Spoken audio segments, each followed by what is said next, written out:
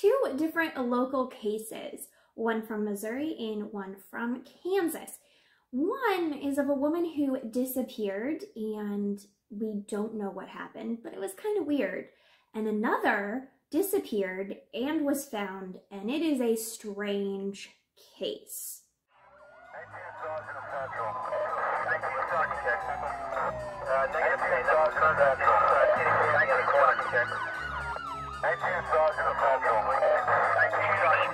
Negative K, nothing further, just city camp in the corner. We've got a hold one at his phone. Officers on the scene.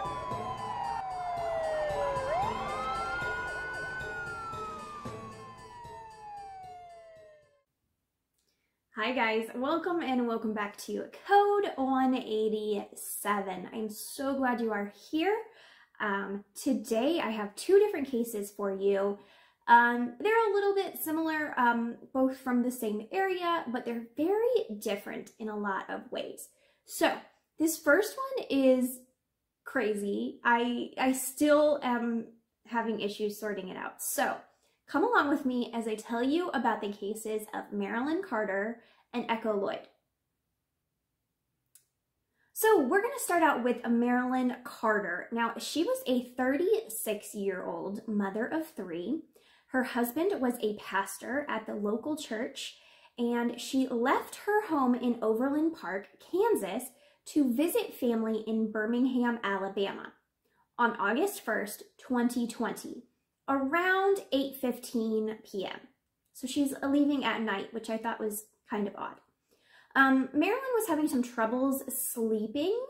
She was having increased anxiety.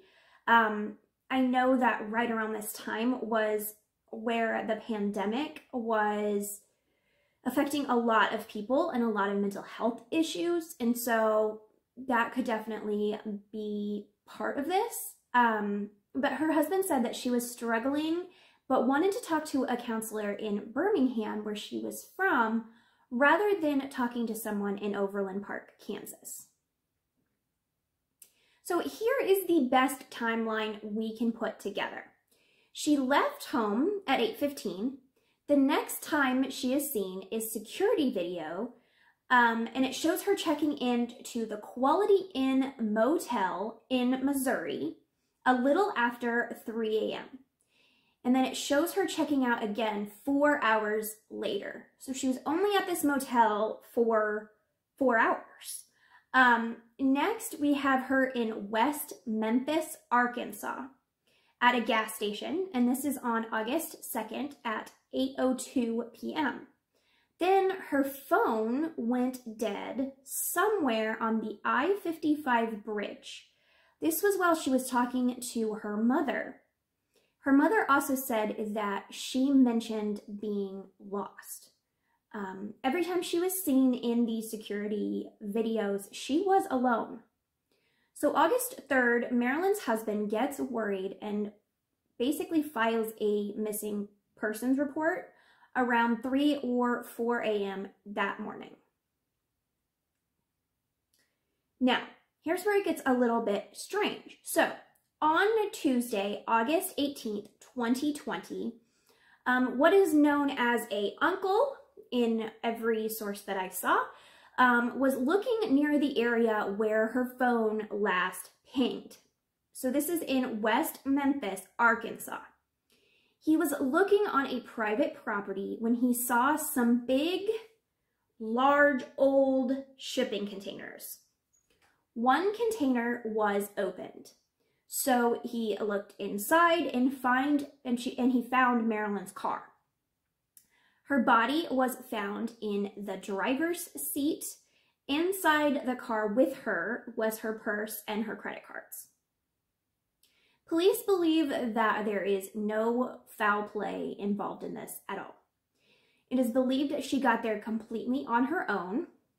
The medical examiner ruled her death as a suicide by carbon monoxide poisoning. So this is the police's theory that she basically got lost somewhere, or she had planned to do this. She went on a private property, found the empty container, In some reports, most reports I've seen, it says she backed into that shipping container. She locked all the car doors and then died by leaving the car running, leading to carbon monoxide poisoning. It's a little strange, but none of this stood out to me as being, it had to be foul play. I think up until now, it could kind of go both ways. I am sure that there are ways that you commit suicide, but this was a very, very strange way. I'm not saying that something else happened, but let's really look into this. First, how did Marilane end up where she was? If she got lost, why come upon this storage container to basically commit suicide? If she picked to commit suicide here, why? Why in a shipping container? I have seen the map of the area. These big shipping containers are not by the road. They are off in the distance. I mean, I'm sure they're easily accessible, but they are off. So she wasn't just driving down the road and saw these, at least not in my opinion. So this was the first strange thing that I was like, how did she know that that was a place to go to? If she's from Overland Park, she doesn't know West Memphis, Arkansas. How did she end up there? I mean, did she get lost and happen upon this? And if she got lost at night, I feel like it would be even harder to see those shipping containers. Like I said, they were kind of off in a field. So like, how did she see them? How did she end up in there? If she was looking for a place to commit suicide, why would you pick this way? It's possible that she was looking for an enclosed space. So she was looking for something to take her life using carbon monoxide. I don't know how she happened upon this. It just doesn't seem like happenstance. So here's my second set of questions in this. How did she put this car in this shipping container? So it's a pretty tight place. So you're squeezing in. The standard shipping container is 7 by 6 wide on the inside, where the average car is between 6 and 6'6" wide. So you have like an inch, inch and a half, maybe 2 inches to basically get out, shut the storage container, and then get back in your car. So she's squeezing through 2 inches to get out. I mean, that doesn't make a ton of sense to me. So I saw a couple of things online that may or may not be true. One saying that the car was backed in. Now, if she backed, that's extremely tight if she backed into that area. The second thing that I saw is there was possible footprints on the top of the car. People have speculated maybe she went out the sunroof to close the shipping container. That's a lot, but I'm sure it could happen. And then I saw a lot of talk about how heavy these shipping container doors are. I mean, she is a pretty petite woman, and she is taking these big shipping container doors and shutting herself in. So that's a little strange. My next question in this is, was she trying to commit suicide, or did she fall asleep there? I found somewhere that she hadn't slept in a long time. I mean, that's widely reported that she was having sleeping issues. So did she kind of wander upon this place and thought, okay, I'm going to put my car in here and I'll be safe for the night and I can sleep, and then slept too long? or didn't know that the carbon monoxide poisoning was a thing. I find that very odd, but it could have happened. That does take her doing all of that to lock herself in there. Whether she committed suicide or it was an accident, that takes a lot of effort to do. So it's odd, but it's not impossible. So the last theory on everyone's mind is foul play, but like, why? Now, this part is completely things that I have seen on Reddit and blog post answers and things like that. So this is not substantiated, but I thought this information was interesting. And I am not saying either way. I'm not accusing anyone of doing anything. This is just odd. So I have seen that Marilane's husband was a pastor for a Christian church. I have seen rumors online that Marilane wanted to or did convert to Catholicism, the Catholic faith. I mean, could this be a motive for her murder? It's strange. Maybe his church reputation was in, shambles because of this, and the church's name maybe hindering on the Christian faith. It's all very odd and strange that would be a motive for murder, but people have killed on a lot less. You and I both know that. So here is an extremely odd part of the story. That man that found Marilane. So it's interesting. So he was looking. Supposedly, all of these search parties led by her family and his family were searching where the phone last pinged. And that's how he stumbled upon these storage containers. Now, he is referred to in almost every single article as her uncle. But with further digging, you find that this was not her uncle. This was his uncle that found her. And this guy lives in Overland Park, Kansas, and in October of 2020, so not that far off from when Marilane died, a search warrant was obtained for this uncle's house. Now, it is unknown what was found in this, if there was anything, and why there was a search warrant. I could not find any of that information. But after this, he allegedly went to a park and committed suicide. Now, could this be from guilt? Absolutely. Could this be from trauma? I mean, trauma of finding her, trauma of going through all of that. Yes, but it is unknown what his mindset was at that time. Oddly, a lot of Marilane's husband's family works for a company. Now, this company is where, like I said, like a lot of his family works, and also this uncle. And this is an uncle on her husband's side. They work for this company that claims it is one of the biggest railroads in North America, operating in 28 states in the western 2/3 of the US. So this is a railroad company. They would have direct ability to get storage containers. I find that just odd. I find all of this just fishy. Now, like I said, the police say that this is a suicide case and cut and dry, that's it.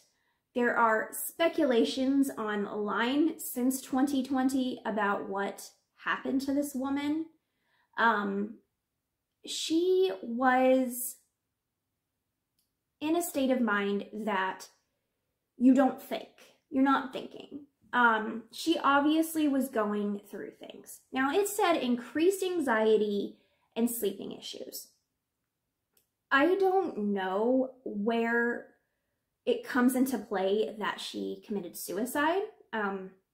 It's very It's a big jump from anxiety and sleeping issues, but we don't know with suicide. It comes so fast. It comes without reason.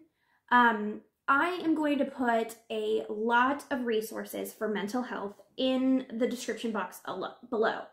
We need to stop these things from happening. If this was foul play, that's one thing. If this is a suicide case, I mean, there is a lot in this case that has to do with mental health. Obviously, she was struggling. Obviously, this uncle was struggling if he committed suicide. It is okay to ask for help. And I think she was trying, from all accounts, she was trying to get help back in Birmingham. That's where she felt safe. Please reach out via anything you can. Reach out by calling, reach out by Zoom, reach out to someone, because maybe it could have gotten her to Birmingham without dying. So, like I said, I'm going to put a lot of resources below. Do not be embarrassed about therapy. Therapy is something for everyone. It's something that helps people. I struggle so much with anxiety. I have had depression in the past. My moods go up and down. And just being able to talk it out with someone just relieves so much on your mind. So, like I said, resources below for you or anyone that you know. So what do you think in Marilane's case? I go back and forth. Like, it's just strange. I don't think there's any solid evidence either way, really.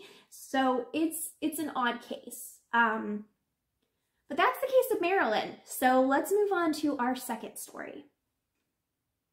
All right, so our second story is that of Echo Lloyd. Now, I have been requested Echo Lloyd's case on lives and in my comment section. This is something that is local. And this case, like on the surface, you're like, oh, well, maybe, you know, this was a suicide or something else. But then when you start digging deeper, it still doesn't add up. So this is the story of Echo Lloyd. Now, I found a lot of information on Echo by the bringechohome.com. That source will be in the bottom under my resources. I post everything I can that I have my resources from. So go check out that site if you want to know more about Echo.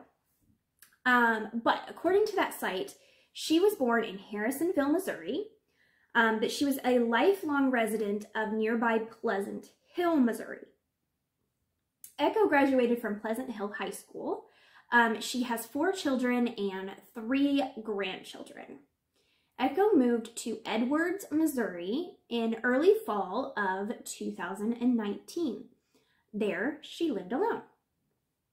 Now, Echo Lloyd, who is 48, was reported missing out of Benton County, Missouri on May 10th, 2020. Her daughter came to Echo's house, her mom's house, to give her a Mother's Day gift. And Echo didn't answer the door. So this was very strange. So she left the gift on the porch. She tried calling numerous times, but her mother didn't answer. So the next day, her daughter went back to the house and she basically went through the window. She was like, my mom's not answering. I need to find out what happened. So she went through the window. Again, Echo was not there. She tried calling again. Echo was not answering her phone. And so her daughter was very, very worried. What her daughter found in the house was odd. The house wasn't like ransacked, like there was intruders or anything like that. But it was very different than how Echo kept her house. According to her daughter, she kind of had OCD, and she was very, very clean and kept things clean. And her daughter explained that on that day, when she went in through the window, she saw old food and mold. And she was like, my mom would have never left the house in that condition. Echo's purse containing her wallet, ID, and cash were in her bedroom, but her keys, a gun, a cell phone, and medication were missing.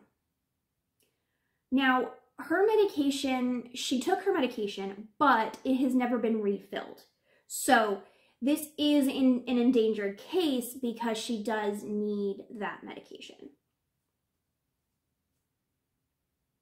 Her family definitely thinks that there was foul play involved in this and does not think that Echo would leave on her own fruition. Don't think that she would leave on her own. However, Benton County Sheriff's Office says that they have no reason to suspect foul play. They confirmed the investigation is still ongoing. They haven't said a bunch since then. They did say, however, that tips and leads have slowed down tremendously, and they are asking for more information from the public. So of course, I will say that number here in a minute, but if you have any information, please go and report it. So Echo is 5'4" and weighs 110 pounds. She has brown hair and brown eyes. She has her children's names tattooed on her wrist and the words "Let It Be" tattooed on her forearm. Anyone with information on this case is encouraged to contact the Benton County Sheriff's Office at 660-438-6135. This is a local case. This is Missouri. So anybody in Kansas City, anybody in the Kansas or Missouri area or anything, if you have seen or heard anything about Echo, please come forward. Her family misses her dearly.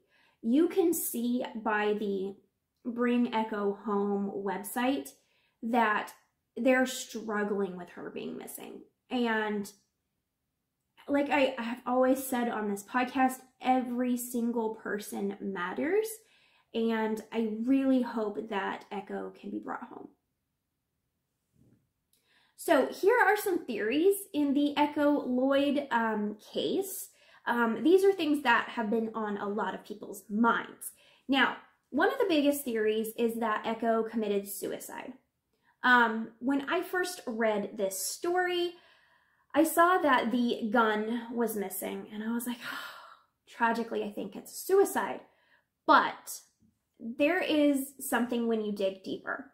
When you dig deeper, you see that the gun was found outside the home. So according to some reports, this gun was found either in the yard or on the porch or on the property, somewhere outside. So this gun is not with Echo. Now, when they first went into the house, they thought that the gun was with her, which would make sense in a suicide situation. Now that we found the gun, then where is she and what happened? So there is some strange happenings with Echo's neighbor. Now, again, I am not accusing anyone. This is a theory that is not substantiated, but there are rumors that Echo said that her neighbor didn't have boundaries and that she was having issues with them. So according to some Reddit and blog posts, the man and I believe woman who lived next door to Echo didn't drive. So they would ask her for rides a lot. And so I wonder if this was the boundary that Echo was saying that they were crossing. Maybe they were asking for stuff a lot. Yeah, I'm not definitely sure on that. But there is rumors that Echo and this neighbor went to Walmart, a store, around that same day that Echo went missing. So they went to the store together and then she went missing. If that is true, I definitely think he should be brought in just for questioning, because he might have been the last person to see her. Now, this last theory circulated a lot with my Cassidy Rainwater coverage. If you have not seen my multiple videos on Cassidy Rainwater, please go watch them if you're interested. Cassidy's story is so tragic, and it's one of those things where I wish the outcome would have been different. But when I was researching Cassidy Rainwater's case, Echo Lloyd came up, and I definitely see how these two things are related. Now, our victim, Cassidy Rainwater, was a victim of two men who were horrible, murderous people who were also cannibals and did terrible, terrible things to Cassidy. They lived an hour away from Echo. So the locations are an hour away from each other. Echo was living in Edwards, Missouri, and the house of horrors that Cassidy was at was in Lebanon, Missouri. So these two locations are fairly close. They're both out in the country. They're both easily, a lot of stuff happens. Could Echo have found herself a victim of the two men that did things to Cassidy? Absolutely. There is an extreme possibility that that happened. There's also a possibility that a lot of other things happened. There's a possibility that she committed suicide and we just haven't found her. There's a possibility that she ran away, which her family doesn't suspect. I don't suspect that that happened, but it is a possibility. There's just nothing. And in a lot of disappearance cases, we get this where it's just like, we don't know. We don't have definitive answers. It's up in the air. So I really, really hope that Echo can be brought home. I hope she ran away, because if she ran away, she's alive and she can be brought back to her kids who are missing her.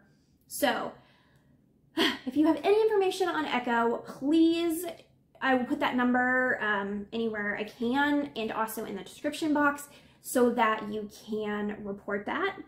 As you can see, these two cases are similar. They kind of come up together, but they're not the same. And I kind of put them together because what happened to both of them was extremely tragic. We don't know what happened with Echo, but she's gone and it's terrible. We do know what happened with Marilane, but the circumstances are questionable. So these two cases kind of are peanut butter and jelly, in my opinion. So I put them together. I also know that these are local cases. So my local audience, those in Missouri and Kansas, can kind of come together to spread the word on this. I had heard bits about Marilane Carter's case.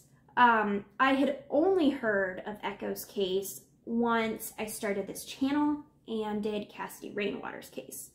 So share these girls' faces, see what we can do about this, and they're both just so tragic and terrible and interesting. Just don't know. So thank you guys for watching about Marilane Carter's case and Echo Lloyd's case. Please, if you like my content, consider hitting that subscribe button. If you are not already subscribed, please do so.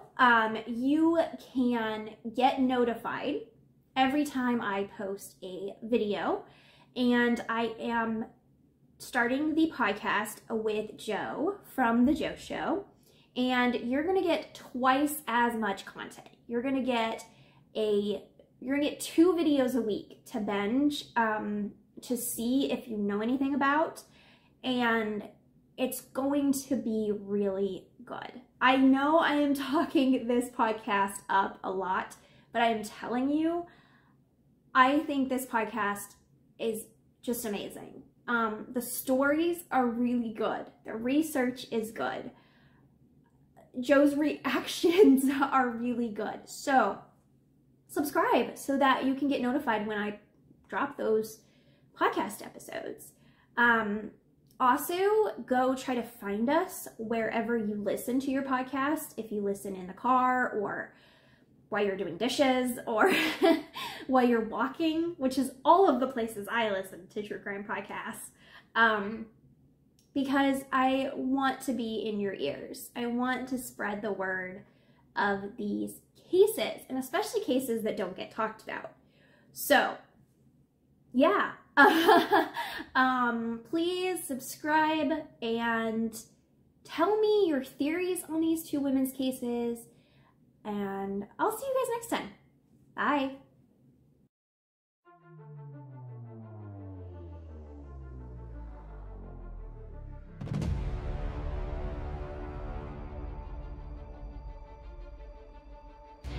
They oddly found another woman's remains near her. Okay. So now they're like, who is this and what's going on? At this point, he covered her mouth and nose and was trying to get her to stop breathing. Mm-hmm. The men will like annihilate their whole family and take the kids first. The murderer or attempted murder has made a couple of mistakes, okay?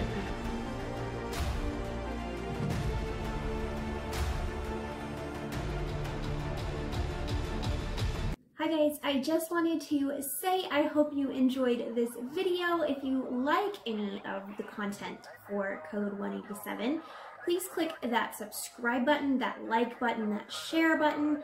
Help us out, help us grow. You can find us on your favorite podcast platforms. Yeah, check us out on there. Give us some ratings.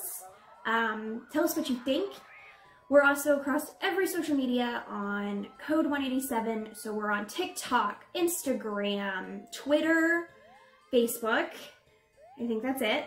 And of course, YouTube. So please, please, please subscribe if you like our content, and spread the word. We'll see you guys next time. Bye.